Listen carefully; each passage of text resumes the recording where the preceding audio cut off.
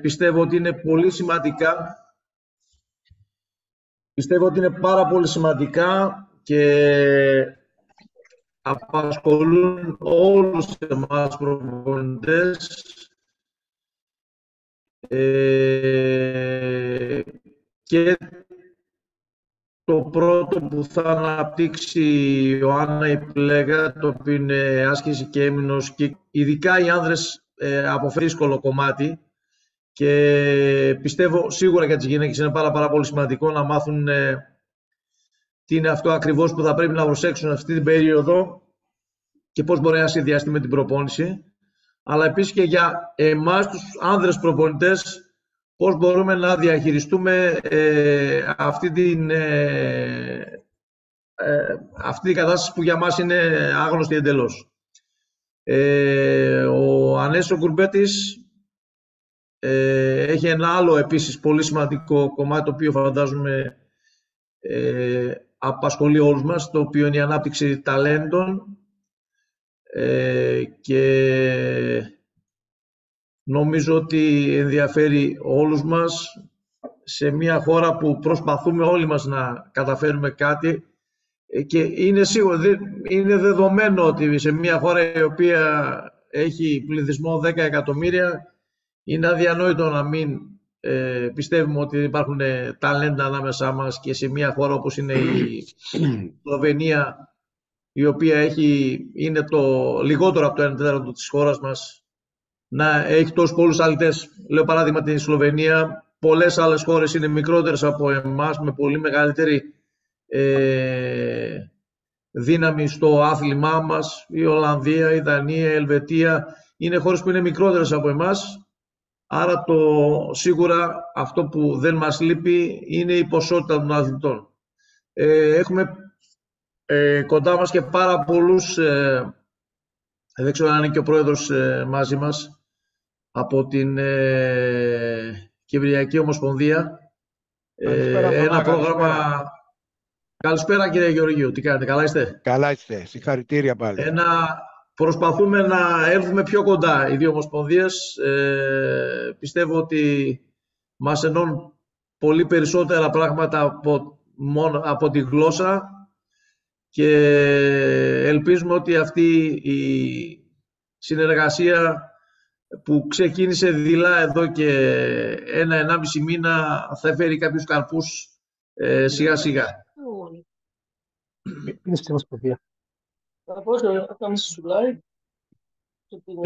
Δεν ξέρω αν είναι ο κύριος Διαμαντόπουλος εδώ μαζί μας.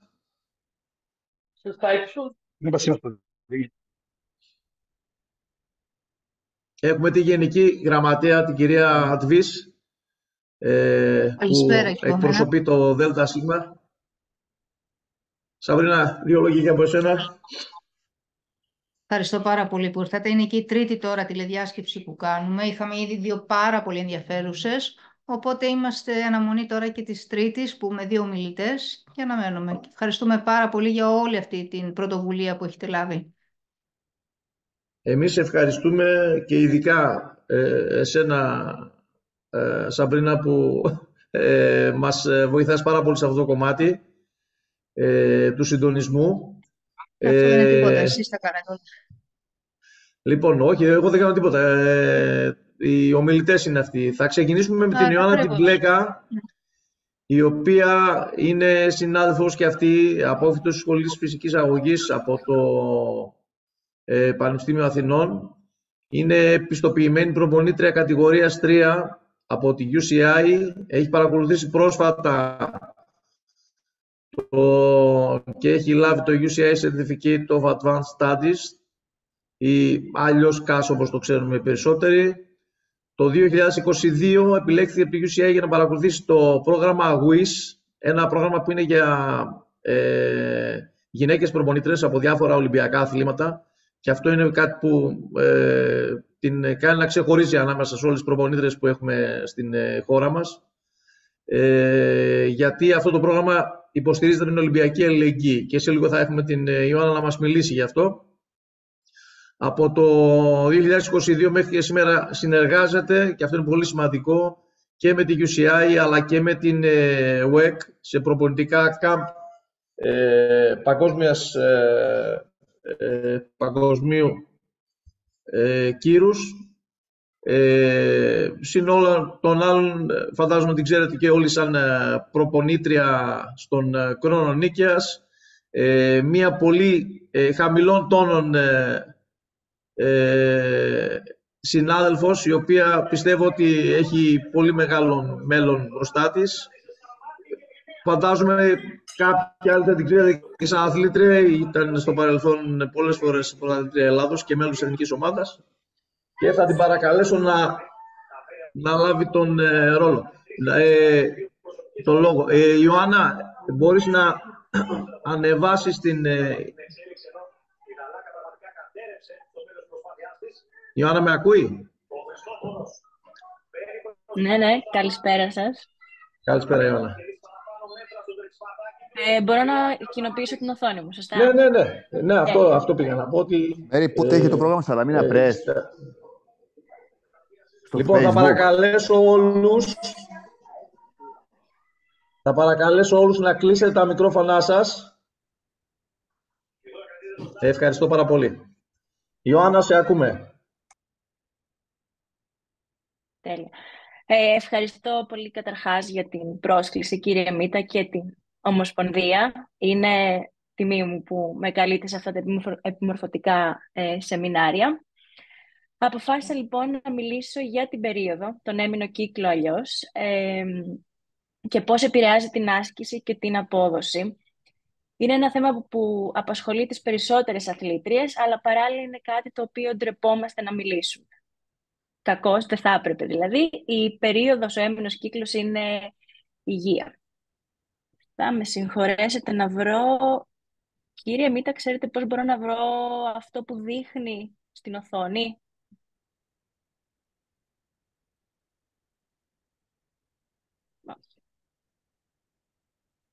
Μήπως κάποιος άλλος θα μπορούσε να με βοηθήσει? Νομίζω η Σαμπρίνα... για τον Κέρσονα μιλάς τώρα, έτσι είναι? Ναι.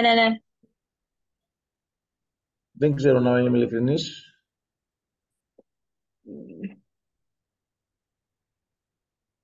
Να το. Τέλεια. Λοιπόν, πολύ ωραία. Ωραία, λοιπόν. Πολύ γρήγορα θα αναφέρω βασικά τι είναι ο έμεινος κύκλος. Είναι πολύ απλά η ζωή ενός οαρίου, το οποίο μετά την έμεινο-ρίση, μετά την περίοδο, και μετά από κάποιες ορμονικές διαδικασίες, ένα οθυλάκιο κυριαρχεί με σχέση στα υπόλοιπα, και μετά τη διαδικασία της ορυξίας απελευθερώνεται ένα οάριο. Το οάριο, αν δεν γονιμοποιηθεί μέσα στις επόμενες 2 εβδομάδες, αποβάλλεται από τον οργανισμό μας με την έμεινο-ρίση. Σήμερα λοιπόν θα μιλήσουμε για τις φάσεις του έμεινου κύκλου, της περίοδου, για τις ορμονικές μεταβολές που δημιουργούνται κατά τη διάρκεια αυτού και πώς αυτές οι μεταβολές επηρεάζουν την άσκηση και την αθλητική απόδοση. Και τέλος θα αναφερθούμε για λίγο στην αμινόρια, που είναι μια δυσλειτουργία. Όπως βλέπετε εδώ, είναι η ζωή του οαρίου.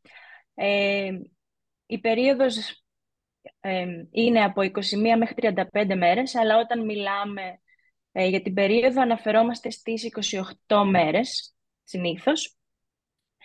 Και εδώ βλέπουμε τις ορμόνες, πώς μεταβάλλονται κατά τις 28 αυτές μέρες και πώς χωρίζονται οι φάσεις. Χωριζόμαστε κυρίως σε 2 φάσεις, την οθυλακική και την οχρηνική, που χωρίζονται μεταξύ τους από την ορυξία. Στη συνέχεια έχουμε την πρώτη οθυλακική φάση, η οποία είναι η μέρα της αιμορραγίας, από την πρώτη μέρα δηλαδή που αιμορραγούμε μέχρι και το τέλος της αιμορραγίας. Μετά έχουμε την ύστερη οθυλακική φάση, που φτάνει μέχρι την ορυξία, και μετά προχωράμε στην οχρηνική φάση. Η ύστερη οχρηνική φάση είναι 4-5 μέρες πριν μας ξαναέρθει η αιμορραγία, και όλοι οι υπόλοιποι είναι η πρώτη οχρηνική φάση. Θα μας απασχολήσουν κυρίως αυτή και αυτή η φάση εδώ, δηλαδή η ύστερη οθυλακική και η πρώτη οχρηνική φάση. Και όπως βλέπετε εδώ πέρα, οι δύο ορμόνες που θα μας απασχολήσουν κυρίως είναι τα ιστρογόνα και η προγεστερόνη. Τα ιστρογόνα φτάνουν στην κορύφωσή τους λίγο πριν την οορυξία και μετά ακολουθούν μια πτωτική φάση που ξαναανεβαίνουν λίγο και μετά την οορυξία έχουμε μια ραγδαία αύξηση της προγεστερόνης. Αυτή δημιουργεί όλα τα προβλήματα συνήθως. Λοιπόν, η ύστερη οθυλακική φάση λοιπόν είναι αυτή εδώ που σας είπα, που έχουμε την αύξηση και την κορύφωση των ιστρογόνων. Τι συμβαίνει λοιπόν όταν τα ιστρογόνα μας είναι αυξημένα? Οι γυναίκες νιώθουν πιο ευδιάθετες, πιο δυνατές και ότι μπορούν να αποδώσουν καλύτερα στο άθλημά τους. Νιώθουμε ότι έχουμε και παραπάνω ενέργεια επίσης. Έχουμε αυξημένη αντιοξυδωτική δράση. Έχουμε αύξηση της δύναμης και της παραγωγής ισχύως. Νιώθουμε δηλαδή ότι στο γυμναστήριο μπορούμε να σηκώσουμε περισσότερα κιλά, ότι είμαστε πιο δυνατές. Αλλά παράλληλα έχουμε και αύξηση της ελαστικότητας των συνδέσμων. Κάτι το οποίο είναι λίγο ανησυχητικό, γιατί ενώ νιώθουμε δυνατές, μπορούμε να τραυματιστούμε πολύ πιο εύκολα. Έχει παρατηρηθεί σε έρευνες ότι σε αυτή τη φάση υπάρχει πιθανότητα για τραυματισμού του πρόσθετου χιαστού στο γόνατο. Και έχουμε και μια αύξηση στην ευαισθησία στην ινσουλίνη, δηλαδή τα επίπεδα γλυκόζης στο αίμα μας είναι σταθερά, γι' αυτό δεν νιώθουμε ότι πεινάμε πολύ, ότι δεν έχουμε πολύ όρεξη. Ναι. Περνάμε λοιπόν μετά την ορυξία στην οχρηνική φάση, όπου η προγεστερόνη ανεβαίνει σε πολύ υψηλά επίπεδα και τα ιστρογόνα παράλληλα μαζί. Όταν λοιπόν αυτά τα δύο συνδυάζονται, έχουμε πιθανή εμφάνιση των PMS 1 και 2 εβδομάδες πριν την έμεινο-ρίση, πριν την αιμορραγία δηλαδή. Τι μας προκαλεί αυτό? Εναλλαγές στη διάθεση. Είμαστε στεναχωρημένες, είμαστε νευριασμένες, είμαστε χαρούμενες, δεν ξέρουμε τι μας φταίει. Αλλά στα πιο αθλητικά έχουμε αύξηση του καρδιακού σφυγμού αλλά και του αναπνευστικού ρυθμού. Δηλαδή ενώ μπορούμε να παράγουμε το ίδιο έργο κατά την άσκηση, μπορεί να νιώθουμε ότι λαχανιάζουμε πολύ πιο εύκολα και ότι οι σφυγμοί μας δεν είναι τόσο σταθεροί.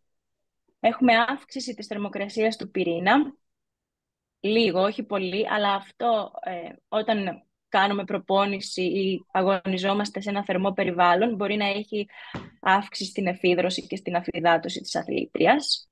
Έχουμε αυξημένο καταβολισμό πρωτεϊνών, που αυτό μας οδηγεί στη μειωμένη αποκατάσταση μεταξύ των προπονήσεων, κάτι που είναι πάρα πολύ σημαντικό και πρέπει όσο μπορούμε να το βοηθήσουμε μέσω της διατροφής, γιατί δεν μπορούμε να είμαστε κάθε μέρα το ίδιο καλά και μειώνεται η ευαισθησία στην ινσουλίνη και γι' αυτό έχουμε και αυτές τις λιγούρες, γιατί τα επίπεδα της γλυκόζης στο αίμα δεν είναι τόσο σταθερά και γι' αυτό θέλουμε συνέχεια ζάχαρη, υδατάνθρακες και να τρώμε λίγο παραπάνω. Επίσης, μειώνεται ο χρόνος της αντίδρασης και ο νευρομυϊκός συντονισμός κατά αυτή τη φάση. Μειώνεται η γλυκονεογένεση. Το σώμα μας γενικά προσπαθεί να κρατήσει όσο το δυνατόν περισσότερη ενέργεια για πιθανή εγκυμοσύνη και προσπαθεί να κρατήσει την ενέργεια όσο το δυνατόν γίνεται. Αυξάνεται ελαφρώς ο βασικός μεταβολισμός 5 με 10% και αυτό και τα δύο παραπάνω οφείλονται ότι πεινάμε περισσότερο. Και ένα από τα συμπτώματα πριν έρθει η περίοδος είναι ότι πολλές γυναίκες έχουν κατακράτηση, κάτι το οποίο μπορεί να προκαλεί την αίσθηση ότι η άσκηση είναι λίγο πιο δύσκολη. Μερικές διατροφικές συμβουλές για να βοηθήσουμε το σώμα μας να νιώθουμε καλύτερα σε αυτή τη φάση, την οχρηνική φάση που συμβαίνουν τα περισσότερα. Ενώ θέλουμε να φάμε λιπαρά φαγητά ή λίγο επεξεργασμένα φαγητά και αρκετή ζάχαρη, πρέπει να τα περιορίσουμε για να βοηθήσουμε το σώμα μας. Είναι καλύτερο να καταναλώνουμε τροφές με αντιοξυδωτική δράση, να δώσουμε έμφαση στην ενυδάτωση του οργανισμού αφού προείπαμε ότι ανεβαίνει η θερμοκρασία του πυρήνα μας και μπορούμε να υδρώνουμε λίγο παραπάνω. Τα συμπληρώματα μαγνησίου και ω3 βοηθάνε στην ελάττωση των συμπτωμάτων και το πιο σημαντικό είναι να δώσουμε έμφαση στην άμεση αποκατάσταση μετά την προπόνηση. Δεν θα πρέπει να παραλείπουμε λοιπόν να καταναλώνουμε ένα ρόφημα αποκατάστασης, είτε είναι κάποιο αθλητικό συσκεύασμα, είτε είναι κάτι που φτιάχνουμε στο σπίτι, αλλά να το καταναλώνουμε άμεσα 20-30 λεπτά μετά την προπόνηση, ώστε να βοηθήσουμε τον οργανισμό μας. Και το ερώτημα το μεγάλο είναι, θα πρέπει να συγχρονίσουμε τον περιοδισμό της προπόνησης με τον έμμηνο κύκλο. Να πρέπει δηλαδή να κάνουμε τις δύσκολες προπονήσεις μας όταν νιώθουμε καλά και τις μέρες που δεν νιώθουμε καλά να έχουμε την περίοδο της ξεκούρασης. Όχι, ξεκάθαρα όχι, γιατί αν ο αγώνας στόχος βρίσκεται τις ημέρες της περίοδου μας, τι θα κάνουμε? Θα επηρεάσει και ψυχολογικά, θα στρεσάρει την αθλήτρια και δεν θα έχουμε συνηθίσει να δίνουμε το 100% μας στις δύσκολες μέρες. Επίσης, πολλές γυναίκες, μεγάλες αθλήτριες όπως η Πόλα Ράκφιλντ, η μαραθωνοδρόμος, κατέρριψε το παγκόσμιο ρεκόρ του μαραθωνίου ενώ βρισκόταν τις ημέρες της αιμορραγίας της. Κάτι που δείχνει ότι η απόδοση δεν μειώνεται απαραίτητα από την περίοδο. Οι έρευνες δεν ξέρουν τι να πούνε. Οι μισές έρευνες λένε ότι η περίοδος δεν μεταβάλλει την απόδοση, οι άλλες έρευνες λένε ότι την επηρεάζει. Παρ' όλα αυτά, η VO2max και η συγκέντρωση γαλακτικού στο αίμα δεν μεταβάλλονται καθόλου τη διάρκεια του έμμηνου κύκλου, αλλά οι ορμονικές μεταβολές που προκαλούνται από τον έμμηνο κύκλο, όσο και τα συμπτώματα, μπορεί να προκαλέσουν μείωση της απόδοσης σε μερικές αθλήτριες. Είναι λοιπόν κάτι πάρα πολύ προσωπικό και στην ίδια την αθλήτρια, από περίοδο σε περίοδο, τα συμπτώματα μπορεί να διαφέρουν και η απόδοση μπορεί να διαφέρει.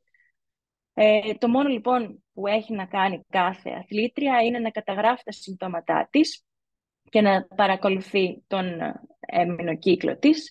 Υπάρχουν πολλές εφαρμογές που μπορεί να γίνει αυτό. Αυτή η εφαρμογή εδώ πέρα είναι για τις γυναίκες αθλήτριες και έχει και πολλές συμβουλές, διατροφικές συμβουλές, οπότε σας τη συστήνω. Αλλά είναι κάτι καθαρά προσωπικό και το πώς επιδρά η περίοδος σε κάθε αθλήτρια διαφέρει. Και να περάσουμε σε μία δυσλειτουργία, την αμινόρια, που απασχολεί πολλές αθλήτριες. Η αμινόρια είναι η φάση που δεν έχουμε περίοδο. Μπορεί να είναι πρωτογενής ή δευτερογενής. Η πρωτογενής είναι όταν έχουμε καθυστέρηση της πρώτης εμφάνισης της περίοδου πέρα από την ηλικία των 16 χρόνων. Και η δευτερογενής είναι απουσία περίοδου σε γυναίκες πάνω από 90 μέρες, σε γυναίκες που έχει εμφανιστεί προηγουμένως η έμμηνος ρύση και δεν υπάρχει πιθανότητα εγκυμοσύνης. Η αμινόρια συναντάται σε αθλήτριες αντοχής που το σωματικό βάρος και το ποσοστό λίπους θεωρούνται σημαντικός δείκτης της απόδοσης. Πρωτογενής αμινόρια εμφανίζεται σε χορεύτριες ή αθλήτριες αντοχής, οι οποίες έχουν χαμηλό σωματικό βάρος, υψηλό όγκο προπόνησης και αρνητικό θερμιδικό ισοζύγιο. Δεν τρώνε δηλαδή όσο χρειάζεται. Η δευτερογενής αμινόρια συσχετίζεται πάρα πολύ με την γυναικεία αθλητική τριάδα, που και αυτό πάλι είναι με το χαμηλό σωματικό βάρος, τον υψηλό όγκο προπόνησης και την κατανάλωση λιγότερων θερμίδων από ό,τι χρειάζεται το σώμα μας. Ποιες είναι οι συνέπειες? Έχουμε μειωμένα ιστρογόνα.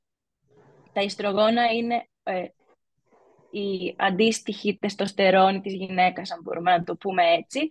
Οπότε τα θέλουμε, είναι φίλοι μας. Έχουμε μειωμένη οστική πυκνότητα.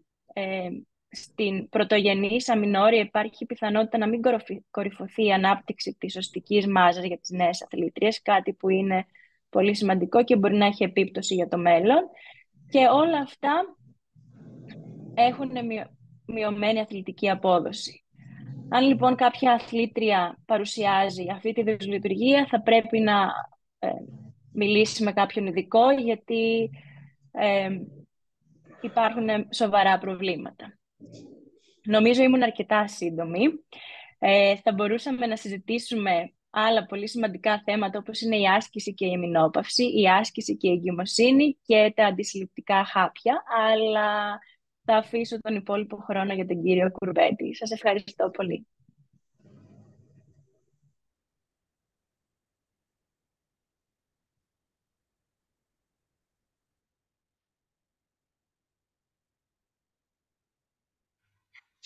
Ιωάννα μου, εμείς ευχαριστούμε για την εξαιρετική σου, νομίζω σου στέρισα χρόνο. Πιστεύω ότι όλοι μας θα θέλαμε να ακούσουμε περισσότερα από σένα.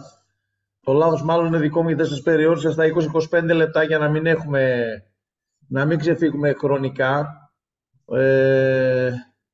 Αλλά πραγματικά ήταν εξαιρετική παρουσία της Ιωάννας σε ένα κομμάτι που πραγματικά απασχολεί όλους μας και είναι ταμπού για τους περισσότερους, ειδικά για μας τους άνδρες, το να συζητήσουμε μαζί με τις αθλήτριές μας πάνω σε αυτό το θέμα. Και η Ιωάννα πραγματικά μας έκανε όλους πολύ πιο σοφούς, θα έλεγα. Λοιπόν, ο δεύτερος, αν υπάρχει κάποια ερώτηση προς την Ιωάννα για να μην χάσουμε τη ροή.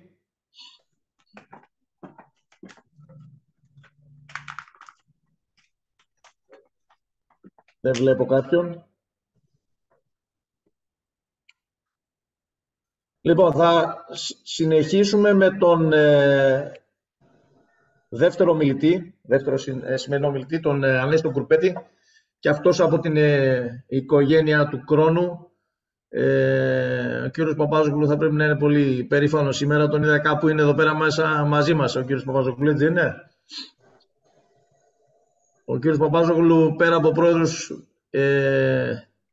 του Κρόνου, είναι και ο έφορος εθνικών ομάδων, οπότε φαντάζομαι ότι όλοι θα θέλατε να έρθετε πιο κοντά να το γνωρίσετε. Κάποια στιγμή κάποιος αθλητής να πάει στην εθνική ομάδα. Ο Ανέστης Κουρμπέτης, λοιπόν, που σε όλους λίγο ή πολύ είναι γνωστός. Λέω λίγο γιατί και αυτός, όπως και η Ιωάννα, είναι πολύ χαμηλών τόνων. Θα πρέπει να προσπαθήσετε πάρα πολύ για να έρθετε κοντά του και να εκμεύσετε έστω και λίγες λέξεις. Φαντάζομαι ότι εσείς στην Κύπρο τον ξέρετε και τον έχετε αγαπήσει όλοι σας. Αυτό που με είχε κάνει εντύπωση ότι όλοι μιλούσαν με τα καλύτερα λόγια για τον Ανέστη όσες φορές βρέθηκα στην Κύπρο.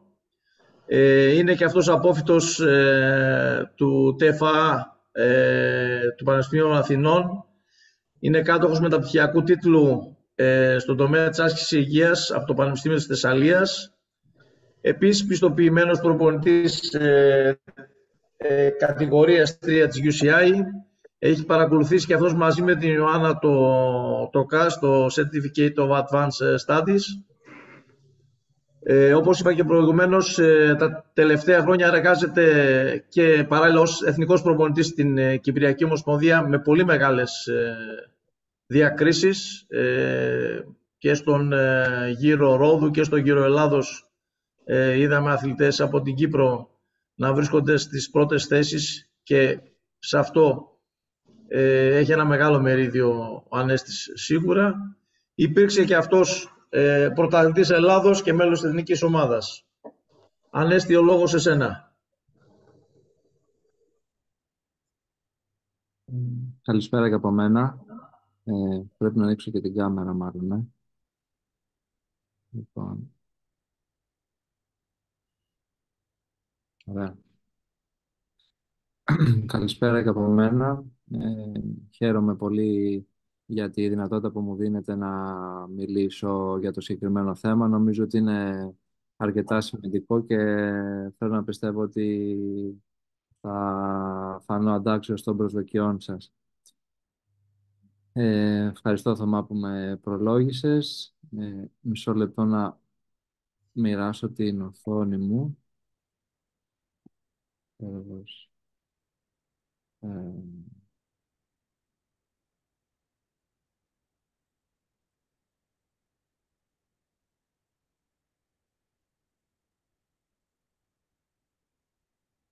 Ναι, μισό λεπτό δώστε μου γιατί...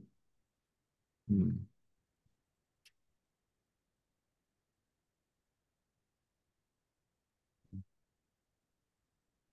μ,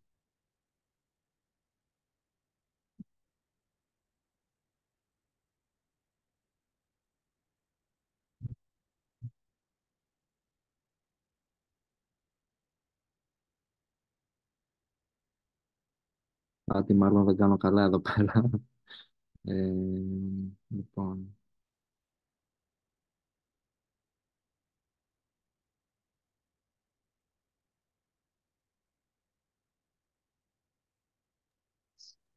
Κάτω έχει ένα share screen που το ναι, επιλέγεις και μετά επιλέγεις ποιο κομμάτι του υπολογιστή σου θες να κάνεις share. ναι. Είναι ίσως και να Δεν είναι μου, το πράσινο σε κομμάτι, σχέση με τα άλλα ναι, χρώματα. είναι αυτό το κομμάτι όντως το Το πατάω, έχεις απλά δεν μου, ανοίξει. ναι, το έχω ανοίξει, απλά δεν μου δείχνει δεν βρίσκω το αρχείο εδώ μέσα που θέλω να κάνω Πρέπει να το share. ανοίξεις στο αρχείο. Ε, ναι, δεν ξέρω πώς.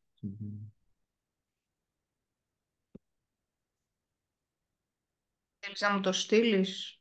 Ναι,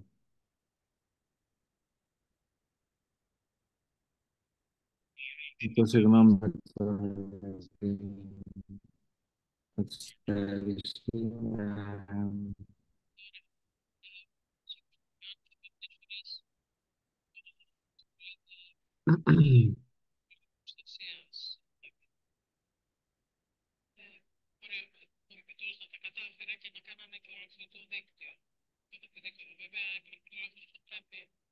Έχει επιλογή με το... Θέλω να σας στείλω σε κάποιο email με κάποιο... Ναι. Δεν ξέρω πώς μπορεί να ανέβει αλλιώς. Θες το email μου. Μισό λεπτό.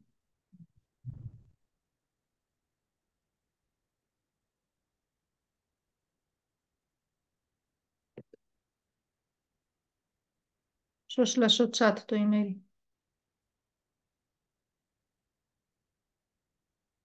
Ωραία.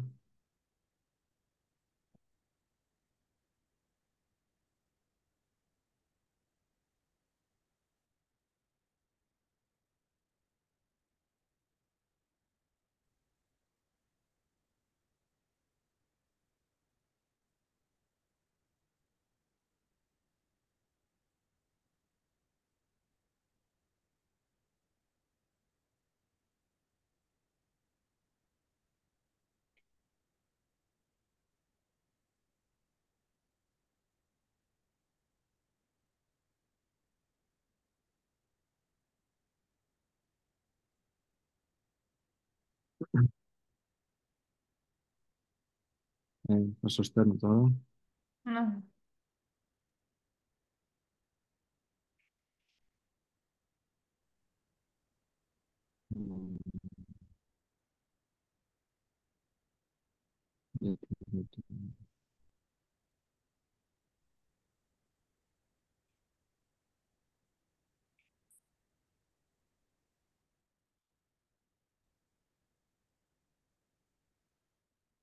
Δεν έχει έρθει ακόμα.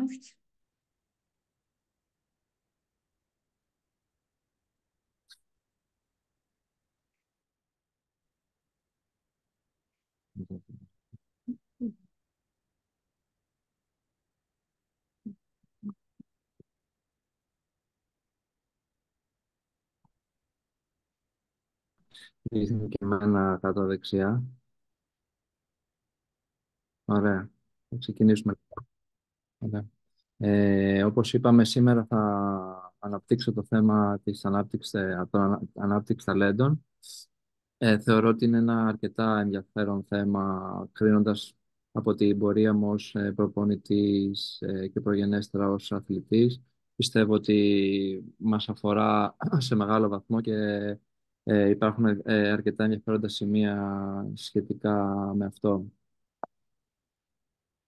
Λοιπόν, Πώς προχωράει τώρα. Ναι. Το θέμα είναι να δούμε τι θεωρούμε ταλέντο. Εδώ πέρα στη φωτογραφία βλέπουμε κάποιες μετρήσεις που κάνουν σε στατικά ποδήλατα κάποιοι προπονητές, αθλητές, όπου τον τελευταίο καιρό χρησιμοποιείται σε σημαντικό βαθμό από πολλά εργομετρικά κέντρα ή σε προπονητικά κάμπ για να δουν οι προπονητές κάποια στοιχεία της απόδοσης των αθλητών, οπότε είναι κάτι που που το συναντάμε συχνά τον τελευταίο καιρό. Σε μια έρευνα του ερευνητή Μπάρθε και των συνεργατών το 2023, σχετικά με την αναγνώριση ταλέντων, φάνηκε ότι η απόδοση των αθλητών στην elite κατηγορία επηρεάζεται σε βαθμό 0 έως 4,6% σε σχέση με τη σημαντικότητα της απόδοσής τους που είχαν στην κατηγορία εφήβων. Κάτι το οποίο είναι αρκετά ενδιαφέρον και σίγουρα πολλοί από εμάς δεν το περιμένουμε, αλλά όμως τα στοιχεία έδειξαν σημαντικά χαμηλά ποσοστά. Σε ένας άλλος ερευνητής, ο Άρνε Γιούλικ, σε μία έρευνά του στο περιοδικό που αναγράφεται εδώ πέρα, προέκυψαν κάποια σημαντικά ευρήματα, τα οποία δείχνουν ότι οι πιο πετυχημένοι αθλητές φαίνεται να έκαναν λιγότερη προπόνηση πρακτική στην παιδική και εφηβική τους ηλικία στο άθλημα που αργότερα πρωταγωνίστησαν. Επίσης, φάνηκε ότι από 83 αθλητές που μελετήθηκαν διεθνούς επίπεδου, φάνηκε ότι οι Ολυμπιονίκες ξεκίνησαν την προπόνησή τους για το κύριο τους άθλημα σε μεγαλύτερη ηλικία σε σχέση με μη μεταλλιούχους συμμετέχοντες.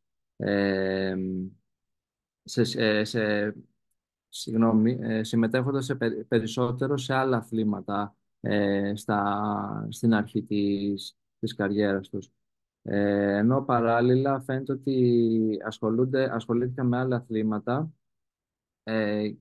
σε σχέση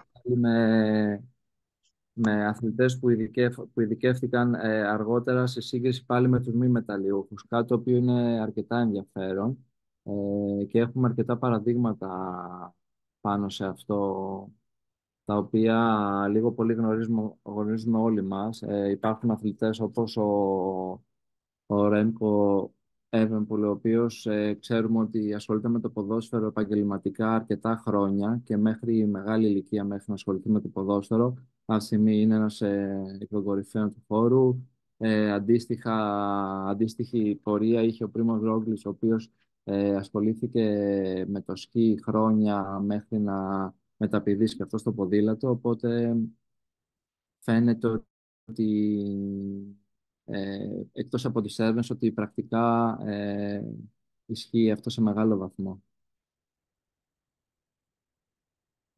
Όπως ξέρουμε, η διαδρομή που όλοι φανταζόμαστε όταν ξεκινάμε και κάνουμε ένα πλάνο για κάποιο αθλητή, για την πορεία του και για το σχεδιασμό, είναι κάπως όπως είναι το πρώτο εικονίδιο που δείχνει ότι ο δρόμος είναι ομαλός και βατός μέχρι την επίτευξη του στόχου. Στην πραγματικότητα όμως δεν ισχύει αυτό. Ξέρουμε ότι υπάρχουν σημαντικά εμπόδια και προβλήματα που πρέπει να αντιμετωπίσεις στο δρόμο σου για την κορυφή και σίγουρα ένα από τα στοιχεία που καθορίζουν τα ταλέντα είναι και η ικανότητά σου να περάσεις και να συνεχίσεις την προσπάθειά σου. Πολύ ενδιαφέρουσα είναι η ιστορία του παρακάτω αθλητή του Όσκαρ Βένσεν, ο οποίος είναι ένας Νορβηγός αθλητής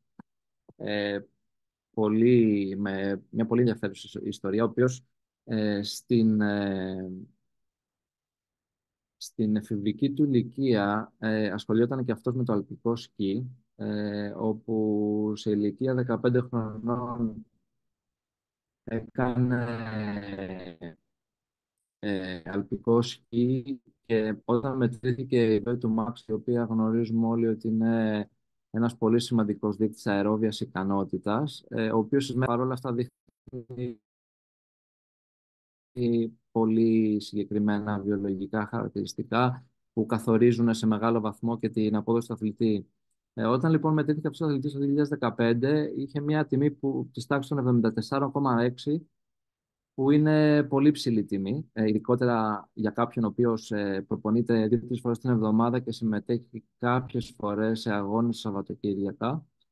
Αργότερα βλέπουμε ότι ξεκίνησε την ποδηλασία σε αρκετά υψηλό επίπεδο. Η τιμή αυτή ανέβηκε, πήγε 83,4. Ο αθλητής ακόμα στην κατηγορία των εφήβων. Το τονίζω αυτό γιατί είναι πάρα πολύ ψηλές τιμές. Η τιμή αυτή ανέβηκε κι άλλο, 86,8, που και έμεινε σε αυτά τα επίπεδα για την επόμενη χρονιά, όπου και ξεκίνησε να κάνει επαγγελματικά και επαγγελματικά να κάνει, θέλω να πω, πολλή προπόνηση, με αποκορύφωμα την περίοδο 2 εβδομάδων πριν το παγκόσμιο. Η τιμή είχε φτάσει 96,7, 2 εβδομάδες πριν συμμετέχει στο παγκόσμιο πρωτάθλημα.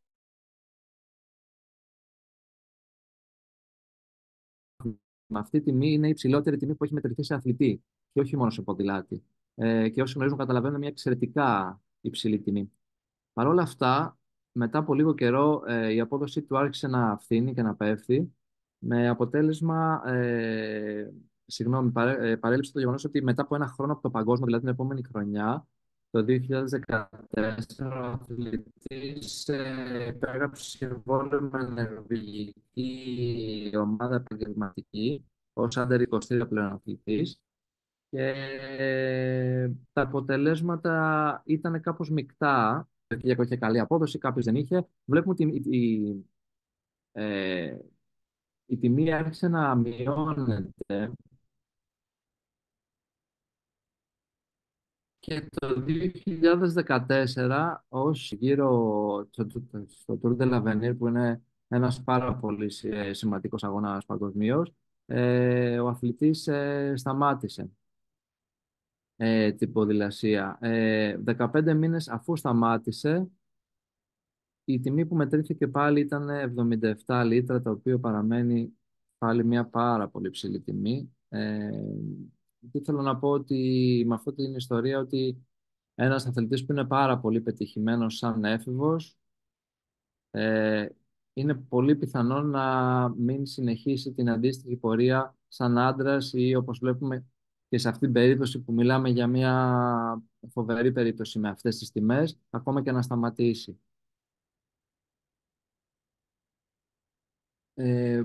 Τώρα, όσον αφορά τον καθορισμό του ταλέντου, είναι πολλά στοιχεία αυτά που κάνουν τον αθλητή να θεωρείται ταλέντο, και είναι πολλά στοιχεία από πολλούς τομείς της ζωής, σίγουρα παράγοντες φυσιολογίας, δηλαδή η αερόβια ικανότητα. Έχω αναφέρει μερικά από αυτά. Η αερόβια ικανότητα που σας ανέφερα και πριν λίγο, ισχύ στο αναερόβιο κατόφλι, η μέγιστη ισχύ στο αθλητή, η αποκατάσταση που μπορεί να έχει από μέρα σε μέρα στην προπόνηση και η αποδοτικότητα μέσα σε ένα κύκλο προπόνησης είναι πολύ σημαντική παράγοντα φυσιολογίας. Θα μπορούσαμε να προσθέσουμε πολλούς παραπάνω εδώ πέρα.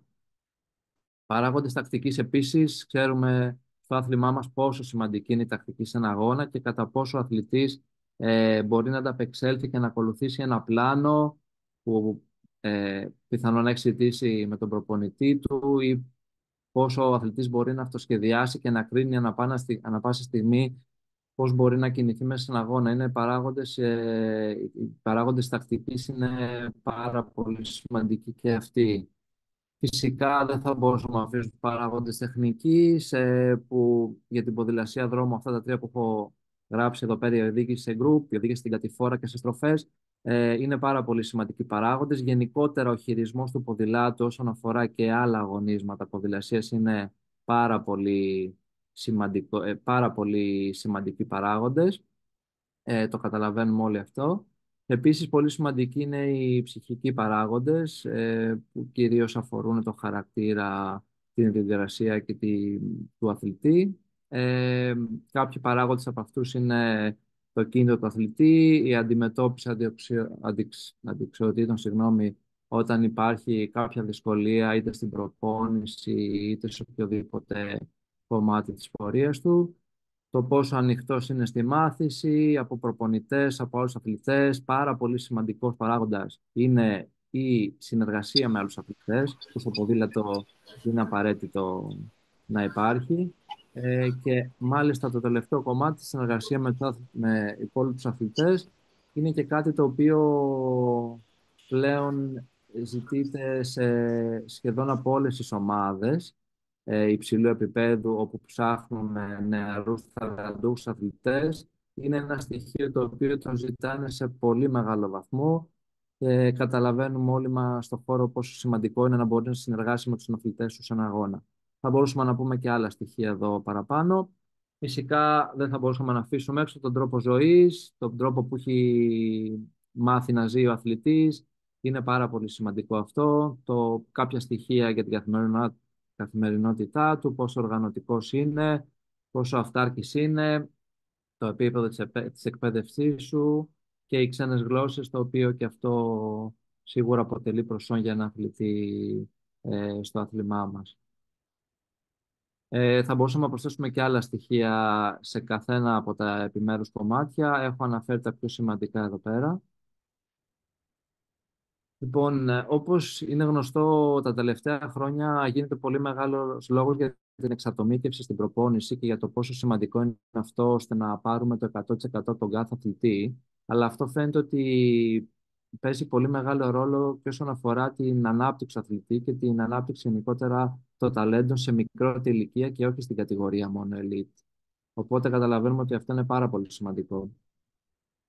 Γνωρίζουμε όλοι μας ότι η βιολογική ηλικία και η ημερολογιακή ηλικία είναι κάτι το οποίο μπορεί να μην συμβαδίζει και ξέρουμε ότι κάποιο παιδί, κάποιοι αθλητές που αγωνίζουν στην ίδια κατηγορία μπορεί φαινομενικά να ανοίξουν στην ίδια κατηγορία, αλλά μπορεί να μην είναι. Κάποιο παιδί, για παράδειγμα, που ανήκει σε μια κατηγορία και είναι λιγότερο αναπτυγμένο, μπορεί να διαφέρει μέχρι και 4 χρόνια, που είναι πάρα πολύ, σε σχέση με ένα παιδί που συμμετέχει στην ίδια ηλικία και συναγωνίζεται, το οποίο μπορεί να είναι πιο ανεπτυγμένο και να έχουν διαφορά που φτάνει και τα 4 χρόνια. Το οποίο αυτό είναι καθοριστικό για την απόδοσή τους και την επίδοσή τους τελικά. Εδώ πέρα είναι κάποια στοιχεία τα οποία μπορούμε να καταλάβουμε την αρχή και το τέλος της γρήγορης ανάπτυξης των παιδιών. Υπάρχουν σοβαρές αλλαγές όσον αφορά τις αρχές ανάπτυξης στην αυξημένη όρεξη για τροφή και συζήτηση του αθλητή για το φαγητό. Την ακμή που πολλές φορές βλέπουμε να παρουσιάζεται ξαφνικά την αρχή της εφηβείας της γρήγορης ανάπτυξης. Η φωνή γνωρίζουμε ότι βαθαίνει σημαντικά και γίνεται γρήγορα αντιληπτό. Υπάρχει περισσότερη διάθεση και περισσότερη ανάγκη για ύπνο. Και σίγουρα αυτό που καταλαβαίνουμε λίγο πολύ σαν προπονητές αγωνίες είναι ότι βλέπουμε τα ρούχα των παιδιών να μην κάνουν και να τους είναι κοντά.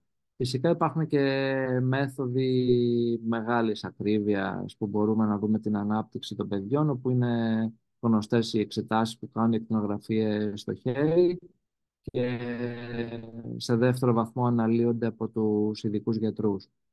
Φυσικά,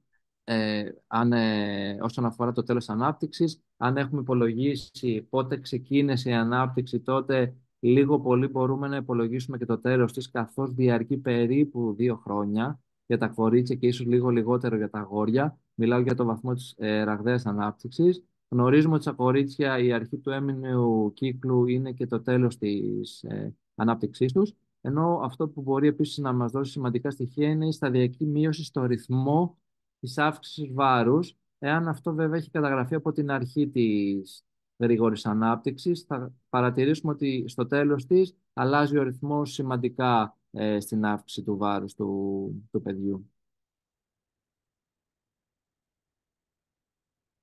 Στο παρακάτω γράφημα φαίνεται αρκετά καλά η διαφορά αγοριών-κοριτσιών, αλλά και το πώς κυμάνεται η ανάπτυξή τους. Βλέπουμε ότι στα κορίτσια ξεκινάει περίπου στα 11-12 χρόνια, όπου και μετά από 1 χρόνο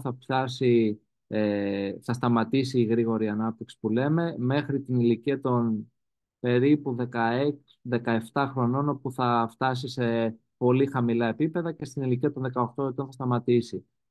Αντίστοιχα, στα αγόρια βλέπουμε ότι αυτό ξεκινάει λίγο αργότερα, δηλαδή στα 13 χρόνια.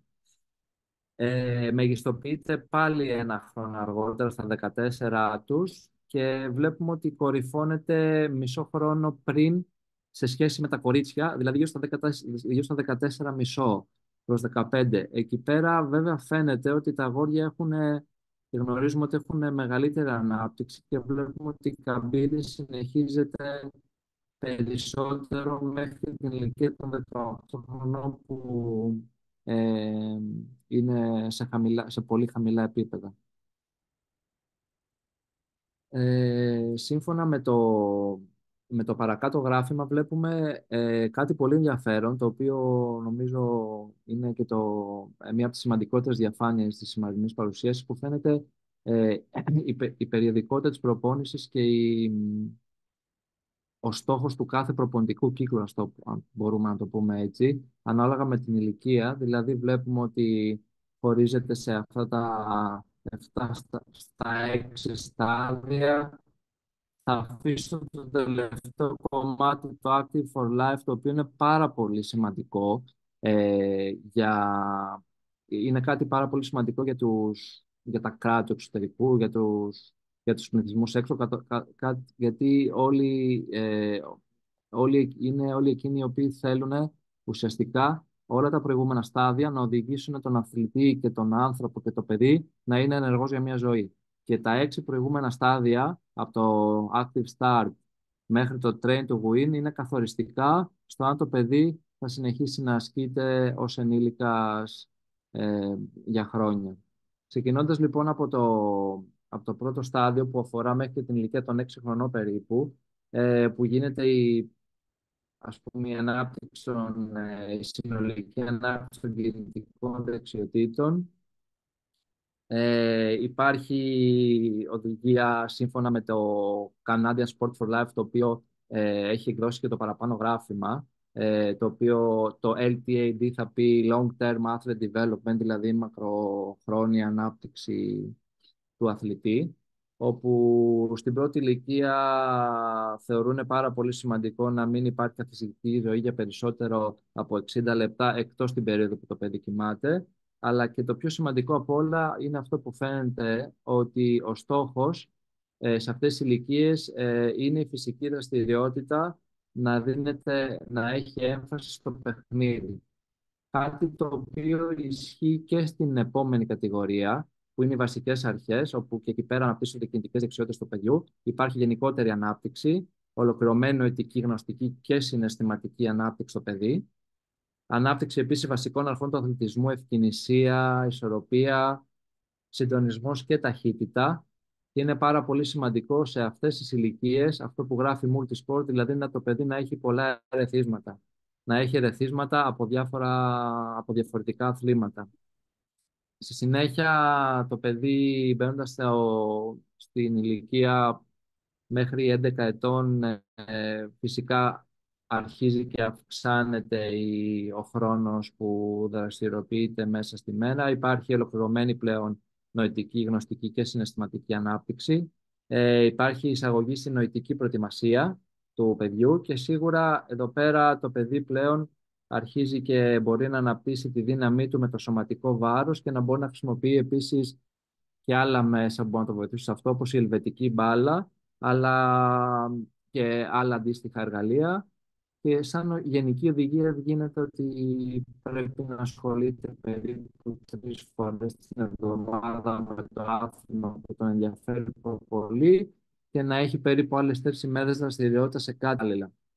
Στη συνέχεια, το επόμενο στάδιο που είναι το train to train, εκεί πέρα υπάρχει ανάπτυξη φυσικής κατάστασης. Εδώ πέρα πλέον ο αθλητής μπαίνει σε μια άλλη διαδικασία. Υπάρχει ανάπτυξη αερόβιας ικανότητας, ανάπτυξη ταχύτητας, ανάπτυξη της δύναμης και σίγουρα είναι το κομμάτι το οποίο ο αθλητής πρέπει να έχει αναπτύξει αθλητικές δεξιότητες του πριν μπει στην διαδικασία της εφηβείας, δηλαδή της γρήγορης ανάπτυξης, μέχρι το επόμενο στάδιο.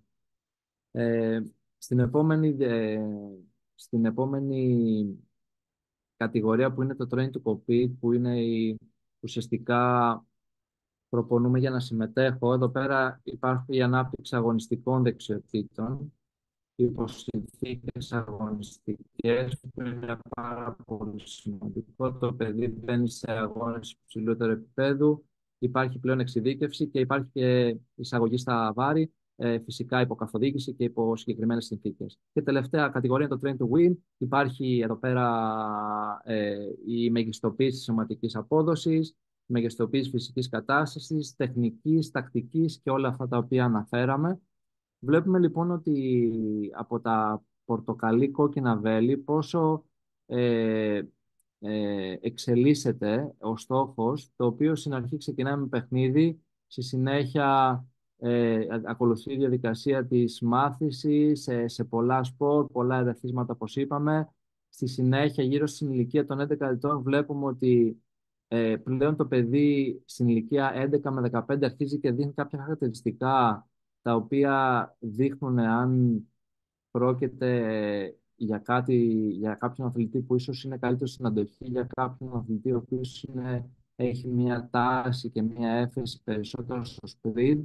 Είναι στοιχεία τα οποία φαίνονται μέσα σε αυτή τη τετραετία και βλέπουμε ότι στη συνέχεια, πηγαίνοντας προς το Train to Win, πλέον ο αθλητής περιορίζει την ενασχόλησή του με άλλα αθλήματα, επικεντρώνεται στο κομμάτι της ποδηλασίας, τελειοποιεί αυτό και φτάνοντας στην μεγιστοποίηση, όπως σας είπα, στην τελευταία κατηγορία που κάνει μόνο ποδηλασία και τελειοποιεί κάθε πτυχή της αγωνιστικής του απόδοσης. Σε αυτό το γράφημα που φαίνονται τα στάδια που προανέφερα, βλέπουμε πόσο σημαντική είναι η ανάπτυξη του παιδιού και πόσο επηρεάζει τα στάδια, τα προπονητικά τα οποία αναφέραμε. Βλέπουμε δηλαδή ότι αυτή η ορμονική έκρηξη είναι που παίζει καθοριστικό ρόλο στο ποιο στάδιο προπόνηση βρίσκεται το παιδί. Ένα παιδί λοιπόν που ξεκινάει να έχει γρήγορη εφηβεία, βλέπουμε αντίστοιχα το γράφημα πάνω για τα αγόρια και για τα κορίτσια κάτω, βλέπουμε που είναι κοινό αυτό, βλέπουμε πόσο πιο νωρίς μπαίνει ένα παιδί σε επόμενα στάδια προπόνησης όταν φαίνεται ότι κορυφώνεται και η γρήγορη ανάπτυξή του. Φαίνεται λοιπόν ότι το παιδί μπαίνει ουσιαστικά στη κατηγορία train to train και train to compete όταν αρχίζει πλέον και έχει ανεπτυχθεί περισσότερο σαν αθλητής και έχει αναπτύξει τα χαρακτηριστικά της εφηβείας, θα μπορούσαμε να πούμε.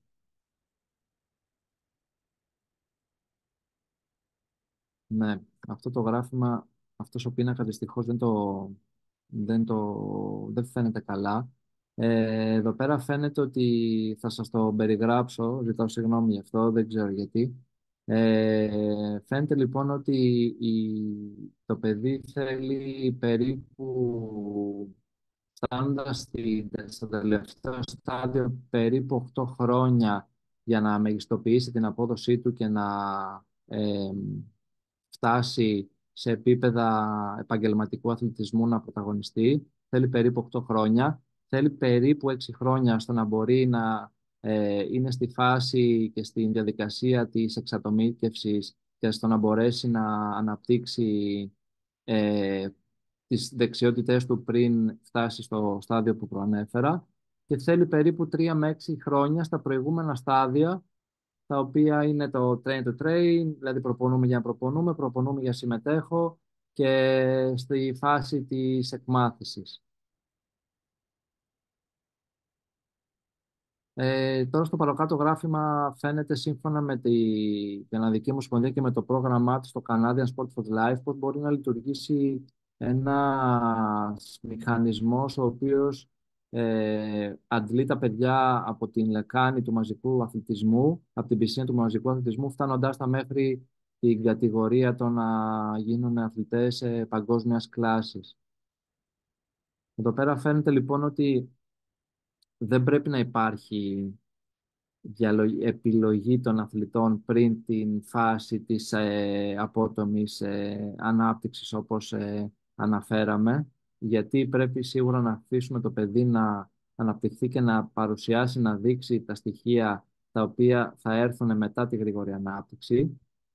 Στη συνέχεια ακολουθεί περίπου στην ηλικία των 15 χρόνων μια ευρύτερη διαλογή η οποία προκύπτει κυρίως από αθλητές που αγωνίζονται με την ομάδα τους σε κλαμπ και αυτό γίνεται από τους προπονητές των σωματείων των κλαμπ τους.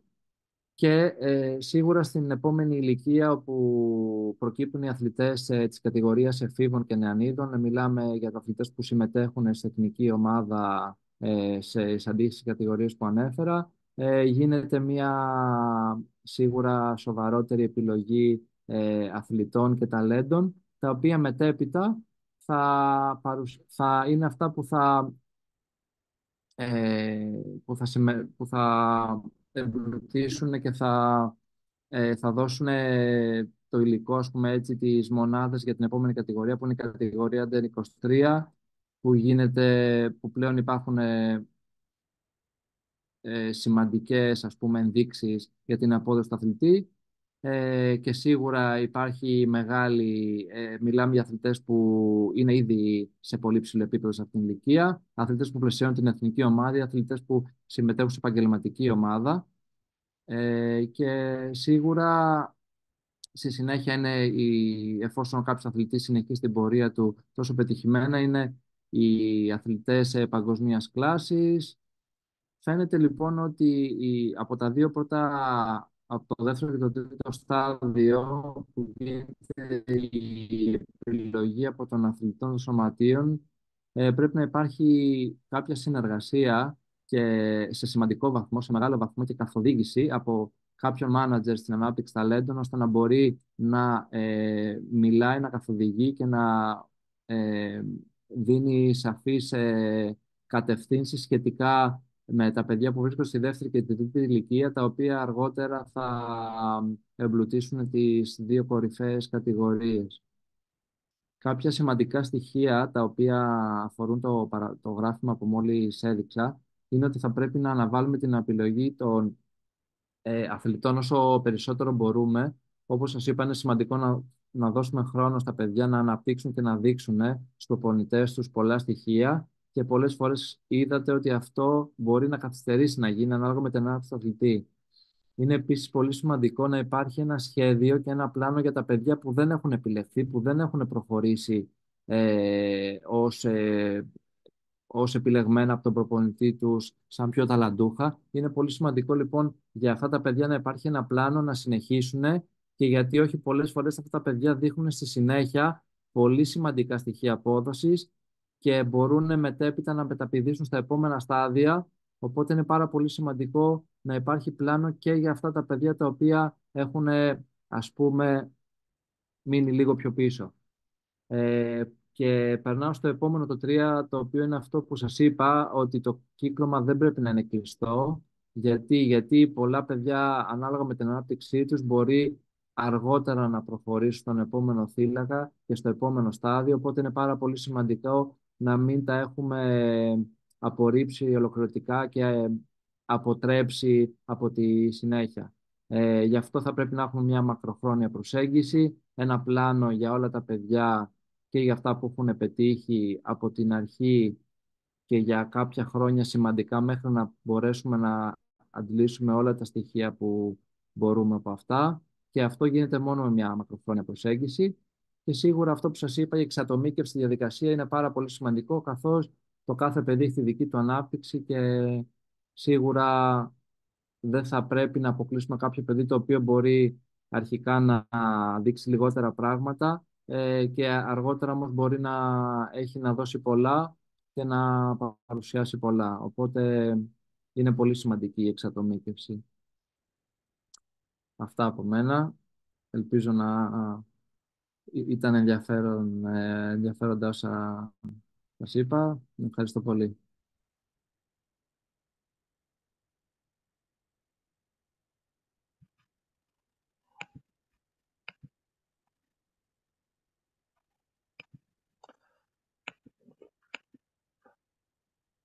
Ανέστη, εμείς σε ευχαριστούμε πάρα πολύ για την πραγματικά εξαιρετική παρουσίαση. Δεν ξέρω, έχω κάποιο πρόβλημα, δεν μπορώ να ανοίξω την κάμερα μου. Να ευχαριστήσω και τον Ανέστη και την Ιωάννα για τις εξαιρετικές παρουσιάσεις που έκαναν σήμερα. Θα ήθελα να σταθώ λίγο περισσότερο σε αυτά που είπε ο Ανέστης και ελπίζω όσοι γονείς παρακολουθούν να τα εμπέδωσαν στο να μην βιαστείτε να βαφτίσετε κάποιο πρωταθλητή, Ολυμπιονίκη, παγκόσμιο, δεν ξέρω τι άλλο έχετε κατά νου. Αφήστε τα παιδιά να διασκεδάσουν, να περάσουν καλά.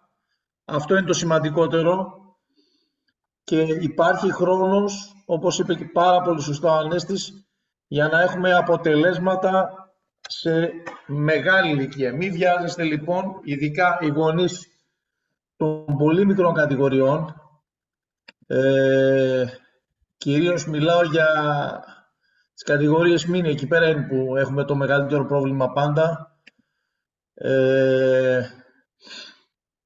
Τη βιασύνη που βλέπω δυστυχώς από πάρα πολλούς γονείς να βιαστούν για να φτάσουν τα παιδιά τους στην κορυφή ενός βάθρου.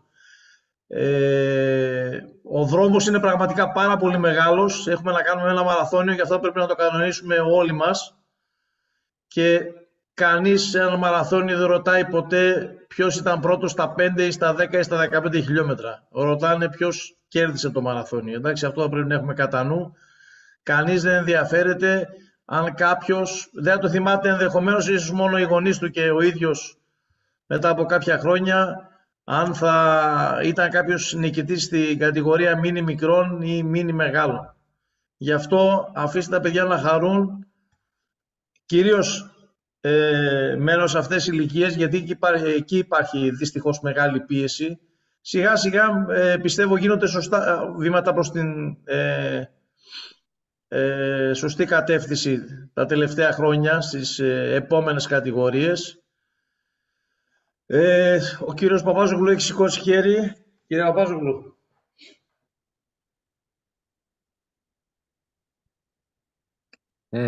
Με συγχωρείτε λιγάκι να απαντήσω σε μια ερώτηση που βλέπω εδώ από κάποιον φίλο. Να συμπληρώσω ότι ο αθλητής που σας έδειξα στην αρχή, ο Νορβηγός, έκανε αλπικό σκι. Ναι, αυτό κάπου ενδεχομένως να επηρεάζει και την αερόβια ικανότητα, γιατί το βάρος στα αθλήματα αντοχής, εκεί ενδεχομένως να βρει μια μικρή απάντηση, εντάξει, γιατί μεταβλήθηκε τόσο πολύ. Γιατί το βάρος σίγουρα είναι πολύ πιο σημαντικό στα αγωνίσματα αντοχής από ότι στο συγκεκριμένο αγώνισμα. Κύριε Παπάζογλου, ο λόγος εσάς. Πρώτα απ' όλα καλησπέρα σε όλους. Να δηλώσω πολύ περήφανος και χαρούμενος για τα δύο παιδιά μου, αν μπορώ να τα αποκαλώ έτσι, την Ιωάννα και τον Ανέστη. Πολλά συγχαρητήρια. Ανέστη, θέλω να σου κάνω μια ερώτηση. Ποια είναι η γνώμη σου? Παρακολούθησα με πολύ ενδιαφέρον όλη την παρουσίασή σου. Ποια είναι η γνώμη σου σχετικά με τα ταλέντα τα οποία αρχίζουν και αναδεικνύονται, όπως εσύ είπες, στις ηλικίες Παμπέδων, Πανκορασίδων και πάνω, που εκεί όπως προσέγγισες είναι η σωματική ανάπτυξη και η πιο στοχευμένη προπόνηση. Πώς πρέπει να συμπεριφέρεται ένας γονιός, ένας σύλλογος και σε επέκταση μια ομοσπονδία, και μιας και εδώ υπάρχουν εκπροσώποι της Ελληνικής και Κυπριακής Ομοσπονδίας, είναι καλό να ακούσουν τη συμβουλή σου, πώς πρέπει να βαδίσουν, τι ενέργειες πρέπει να κάνουν. Ωραία. Οπότε αναφέρεστε σε ηλικίες μέχρι περίπου 13 χρονών, από ό,τι καταλαβαίνω. Από αυτά που παρουσίασες, Ανέστη, μέχρι και εκείνη την ηλικία, από τα 6 μέχρι τα 11-12 χρόνια, το αντιμετωπίζουμε αρχικά σαν παιχνιδάκι, στη συνέχεια να αρχίσει να αγαπάει, ας πούμε, το άθλημα και να μπαίνει σιγά σιγά στο νόημα της προπόνησης, αλλά το πιο εντατικό μπαίνει από τις ηλικίες, από ό,τι αντιλήφθηκα, Παμπέδων, Παγκορασίδων και πάνω. Ναι. Γιατί αντιμετωπίζουμε πολλά προβλήματα και οι γονείς και οι σύλλογοι και η Ομοσπονδία, και πώς θα πρέπει να κινηθούμε προκειμένου, γιατί όλοι μας το δικό μας παιδί το βλέπουμε σαν τον ήρωά μας. Έτσι δεν είναι, γονείς που με ακούτε? Πώς λοιπόν ο δικός μας μικρός ήρωας θα πρέπει σταδιακά και με υπομονή να φτάσει εκεί που πιθανόν εμείς ή εκείνο ονειρεύεται. Ναι. Σε ευχαριστώ. Ωραία. Πιστεύω ότι πάρα πολύ σημαντικό είναι να μπορούμε να δείχνουμε εμπιστοσύνη και να ακούμε τις οδηγίες του προπονητή. Από εκεί ξεκινάνε πολλά ζητήματα τα οποία συναντώ πολύ συχνά ως αγώνες. Είναι πολύ σημαντικό, πιστεύω, ο γονιός να μπορέσει να δείξει εμπιστοσύνη, να αφήσει τον προπονητή να κάνει αυτό που πρέπει, να καθοδηγεί σωστά το παιδί και εκείνος να υποστηρίζει με τον τρόπο το που χρειάζεται. Αυτό που σίγουρα, όπως τόνισα πολλές φορές και πριν, είναι ότι σε αυτές τις ηλικίες δεν πρέπει να οδηγούμε τα παιδιά σε αυτό που λέμε στο να κάνουν πρωταθλητισμό ή σε κάτι που μοιάζει με αυτό. Είναι πολύ σημαντικό ότι ακόμα και σε αυτές τις ηλικίες τα παιδιά μαθαίνουν να συμμετέχουν, μαθαίνουν να συναγωνίζονται, αναπτύσσουν άλλες δεξιότητες. Υπάρχει φυσικά έλεγχος στην προπόνηση. Η προπόνηση πρέπει να ακολουθεί, ας πούμε, συγκεκριμένα μοτίβα ανάπτυξης δεξιοτήτων. Πρέπει να είναι περιορισμένη σε χρόνο και σίγουρα είναι μια μεταβατική περίοδος η οποία δεν στοχεύει στον πρωταθλητισμό, το οποίο ένα παιδί μπορεί να ξεκινήσει να κάνει από την εφηβεία και μετά. Οπότε ακόμα το παιδί, φεύγοντας από το παιχνίδι, μπαίνει στη διαδικασία του, μαθαίνει να προπονείται, μαθαίνει να συμμετέχει στους αγώνες, δεν κάνει πρωταθλητισμό, δεν μπορεί να κάνει πολλές ώρες προπόνηση, αναπτύσσει δεξιότητες, ακόμα κάνει και άλλες δραστηριότητες που, όπως είπα, είναι πολύ σημαντικό. Σας ανέφερα και παραδείγματα από πολύ πετυχημένους αθλητές που σε αυτές τις ηλικίες δεν κάνανε καθόλου το αγώνισμα που μετέπειτα πέτυχαν. Οπότε είναι σημαντικό το παιδί εφόσον επιθυμεί και το κάνει, και είναι πάρα πολύ σημαντικό αυτό, να ακούμε τη γνώμη του και τα θέλω του, να το κάνει για να το ευχαριστιέται, να το κάνει γιατί περνάει καλά, γιατί ευχαριστιέται την παρέα και γιατί του αρέσει η προπόνηση, παύλα παιχνίδι σε αυτές τις ηλικίες, που όπως είπαμε είναι ένα επόμενο στάδιο, αλλά σίγουρα δεν είναι το στάδιο το οποίο το παιδί θα προπονηθεί όπως ένας έφηβος. Αυτά. Ελπίζω να σας κάλυψα. Να είσαι καλά, σε ευχαριστώ. Εάν υπάρχουν άλλες ερωτήσεις...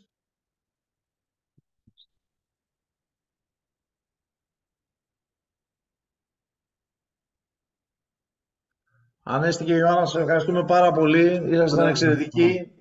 Νομίζω ότι πέρα από τις γνώσεις που όλοι πήραμε σήμερα, νομίζω ότι ξεκινάει κάτι καινούριο και ελπίζω να έχει συνέχεια, και μιλάω για το κομμάτι της συνεργασίας μεταξύ προπονητών και το μοίρασμα της γνώσης, που είναι σημαντικό. Λυπάμαι που δεν βλέπω πολλά ονόματα προπονητών ανάμεσα στους συμμετέχοντες.